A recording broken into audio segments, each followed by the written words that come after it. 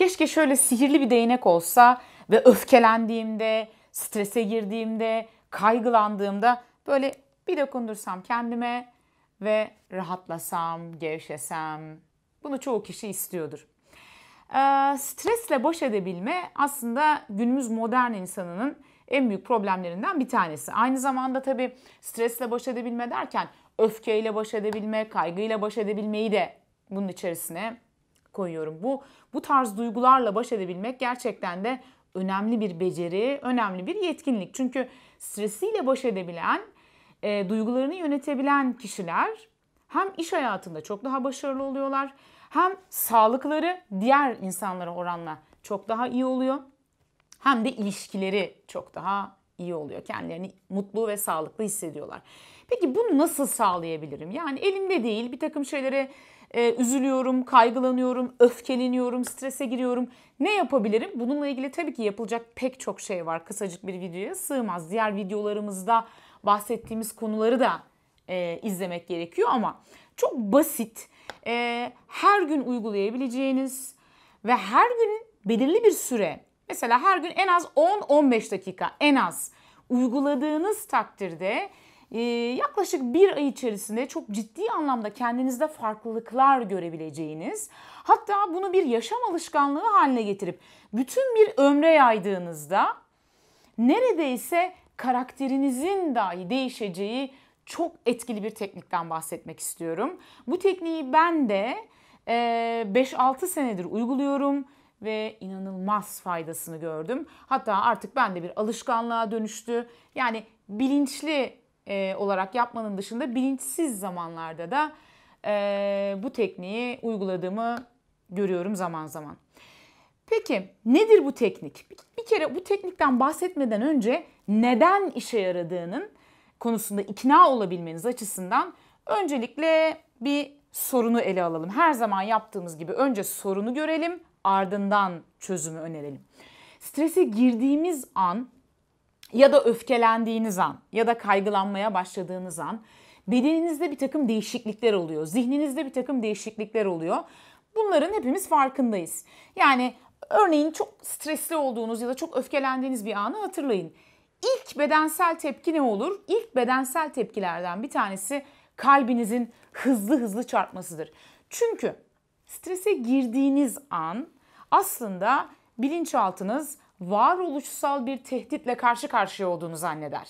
Yani zanneder ki şu an senin canlılığın tehdit altında. Sen ölmek üzeresin. Dolayısıyla örneğin böyle bir anı düşünelim. Hangi an? Bana doğru koşarak vahşi bir hayvan geliyor. Böyle bir noktada benim hayatta kalabilmem için iki şansım var. Ya savaşacağım o hayvanla ya da ortamdan sıvışacağım. Yani ya savaşacağım ya da kaçacağım. Bu ikisinin olabilmesi için benim bedenimin bir takım değişiklikler geçirmesi gerekiyor. Bu yüzden de ben stres tepkileri vermeye başlıyorum. Nedir bu değişiklikler? Bir, bedenim bana diyor ki bak senin şu an hızlı koşabilmen ya da bu canlılığını tehdit eden faktörle savaşabilmen için daha fazla kana ihtiyacım var. Bu yüzden kalbim kan pompalamaya başlıyor. Daha fazla kan pompalamak için hızlı hızlı çarpmaya başlıyor. Telefon görüşmesi yapıyorsun. Belki negatif bir haber aldın ya da seni sinirlendirecek, kaygılandıracak bir durumla karşılaştın. Ne oluyor? Birdenbire kalbin hızlı hızlı çarpmaya başlıyor. Bunu fark edin. Gerçekten de hızlı hızlı çarpmaya başlar anında. Başka ne olur? Mesela derler ki gerilirim. Evet gerçekten de gerilirsiniz. Çünkü kaslarınız kaçmaya, koşmaya ya da savaşmaya hazırlanır. Dolayısıyla bütün kaslar gerilir. Gün içerisinde sık sık geriliyoruz farkında olmadan. Bu gerilen kasları hatta her akşam gevşetmediğimde sonrasında bir takım sıkıntılar yaşayabiliyorum. Başka ne olur? Mesela şeker ve kolesterol yükselir. Neden? Çünkü belki de sen bu varoluşun için tehdit yaratan faktörle karşılaştığında günlerdir yemek yemiyorsun. Vücudunun enerjiye ihtiyacı var. O zaman ne yapıyor vücut? Diyor ki ben depoladığım yağı ve şekeri hemen kana salıyorum diyor. Dolayısıyla ne oluyor? Senin şekerin ve kolesterolün birdenbire tırmanmaya başlıyor. Mesela mide problemi yaşar çoğu insan. Neden mide problemleri yaşıyorum? Çünkü sindirimi yavaşlatıyor vücut. Sindirim enerji çeken bir uygulama. Sindirimi yavaşlatıyor. onun için harcayacağı kanı bacaklara ve kollara gönderiyor. Tabii bunun sonucunda ne oluyor? Zavallı mide içindeki yiyeceği sindirebilmek için daha fazla asit üretmeye başlıyor. Tabii bu bahsettiğimiz tepkiler, yani stres tepkileri kısa süreler için ayarlanmış tepkiler. Kısa süreli gösterildiği takdirde benim hayatımı kurtaran, varoluşumu sürdürmemi sağlayan tepkiler. Ancak ben bu tepkileri eğer vara yoğa gösteriyorsam, yani çok ciddi düşünme hatalarım varsa, kaygılarım varsa hayatla ilgili, genel olarak stresli bir yapıya, öfkeli bir yapıya sahipsem, tabii ki gün içerisinde bu tepkileri gösterdiğim süre uzuyor ve süre uzadıkça benim hayatımı kurtarmak için var olan bu tepkiler bu sefer benim hayatımı zorlaştırmaya, hatta bir süre sonra benim hayatımı ölüme kadar gidebilecek ciddi oranda etkilemeye başlıyor. Stres aslında bir miktar gerekli bir şey. Çünkü beni harekete geçiren bir mekanizma. Aslında benim hayatta kalmamı sağlayan bir mekanizma. Ama ben bu tepkileri gerçekten hayati tehditlerde değil de günün genelinde gösteriyorsam o zaman hayatımı kurtarmak şöyle dursun, hayatımı kısaltmaya başlıyor bu tepkiler. Yani bir anlamda strese girdiğimizde aslında mekanizma çok ciddi anlamda hızlanmaya başlıyor. Vücut sistemim ciddi anlamda hızlanıyor.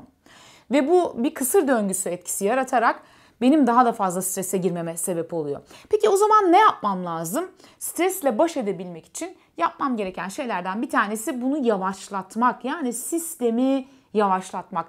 İlk tepki ne demiştik? Kalp hızının artması demiştik. Mesela bunu nasıl yavaşlatabilirim? Bunun için kullanılan tekniklerden bir tanesi nefes egzersizleri.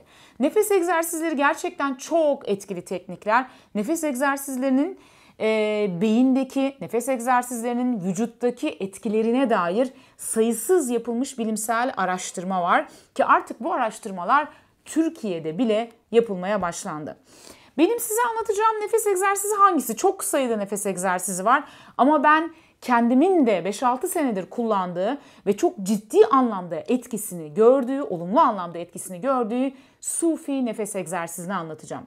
Sufi nefes egzersizi çok önemli bir egzersiz. Sufi semazenlerin kullandığı bir egzersiz. Sufi nefes egzersizi ile ilgili Marmara Üniversitesi Nöroloji bölümünde bir araştırma yapılıyor ve bu araştırmada uzun yıllar Sufi nefes egzersizini kullanan semazenlerin beyin MR'ları inceleniyor. Ve beyin MR'larının sonucunda görülüyor ki gerçekten de bu nefes egzersizini kullanan semazenlerin beyin yapılarında olumlu anlamda değişiklikler söz konusu. Peki ben de kendi beyin yapımı değiştirebilir miyim? Evet. Peki nasıl? Oturarak olmuyor beyler bayanlar. Çalışarak oluyor. Nasıl ki beyindeki olumlu düşünme kaslarını güçlendirmek için düşünce egzersizleri vermiştim. Beyindeki olumlu düşünmeyle ilgili kasları güçlendirmek için alın size bedensel bir egzersiz daha. Ne yapacaksınız? Her akşam en az 10 dakika. Eğer yapabiliyorsanız daha fazla. Biraz sonra anlatacağım. Sufi nefes egzersizini yaptığınız takdirde hem yaptığınız an rahatlama hissedeceksiniz hem de uzun süreye yaydığınız takdirde, uzun süreler boyu bir alışkanlık haline getirip her akşam düzenli yaptığınız takdirde göreceksiniz ki artık eskisi kadar kolay öfkelenmiyorsunuz. Artık eskisi kadar kolay strese girmiyorsunuz. Eskiden sizi öfkeden deliye döndürecek şeylere karşı daha sakinsiniz, daha huzurlusunuz. İç huzurunuz yukarıya doğru artmış durumda ve artık stresinizi, dürtülerinizi, duygularınızı daha rahat bir şekilde kontrol edebilir hale geleceksiniz. Peki nedir Allah aşkına bu Sufi nefes egzersizi? Çok kolay. Bakın bir sürü nefes egzersizi var. Onları da anlatabilirim size ama bu aralarında en basit ve en etkili olanlardan biri. Nasıl yapacağız Sufi nefes egzersizini? Nefesi alıp verirken sadece burnumu kullanıyorum. O yüzden burnun açık olması çok çok önemli. Ne yapacağım? Bakın birim zamanda aldığım nefes miktarımı azaltmak amaç. Burnumdan nefesimi alırken son derece yavaş ve sakin bir biçimde 4'e kadar sayarak nefes alacağım. Her saniyede bir sayı olacak şekilde düşünün. Ve ardından tutmadan yine burnumdan nefesimi bu sefer 8'e kadar sayarak yine burnumdan çok daha yavaş bir biçimde vereceğim. Bakın dikkat ederseniz nefesi alma sürem 4 saniye, verme sürem 8 saniye daha da yavaş. Yani alırken yavaş ve derin bir nefes al. Verirken daha da yavaş bir biçimde ver. İlk zamanlar bunu yapamayabilirsiniz. Çok normal. Çünkü vücudunuz daha farklı bir nefes alışveriş biçimine alışkın durumda. Ama lütfen denemeye devam edin. Denemeye devam ettikçe yapabildiğinizi göreceksiniz. Bu da tıpkı spor gibi yapıldıkça geliştirilen bir beceri. Ve ilk zamanlar bunu yapmaya başladığınızda yatarak yapmanızı tavsiye ederim. Daha rahat yaparsınız. Tabii yatarak yaparken bu arada bunu yapmaya başladıktan kısa bir süre sonra kaslarınız gevşemeye başlayacağı için uykuya dalabilirsiniz ilk zamanlar. Bunu söyleyeyim. Özellikle uykuya dalma probleminiz varsa yine öneririm bu nefes egzersizini. Ancak buna da vücut alışıyor. Bir süre sonra uykuya dalmamaya başlıyorsunuz.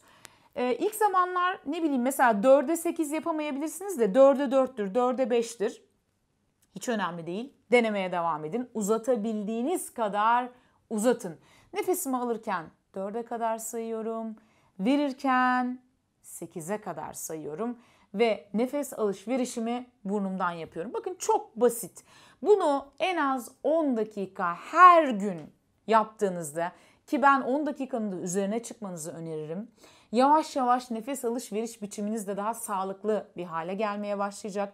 Daha derin, daha yavaş nefesler alacaksınız. Vücudunuza aldığınız oksijenin miktarı artacak. Beyninizde sakin kalmakla ilgili, duyguları kontrol edebilmekle ilgili bölümleri geliştirmiş olacaksınız. Ve çok kısa zaman içerisinde hem sağlığınızda hem de duygu durumunuzda bunun etkilerini görmeye başlayacaksınız. Sufi nefes egzersizi stresle baş etmede hem anlık hem de uzun vadeli çok etkili bir çözümdür.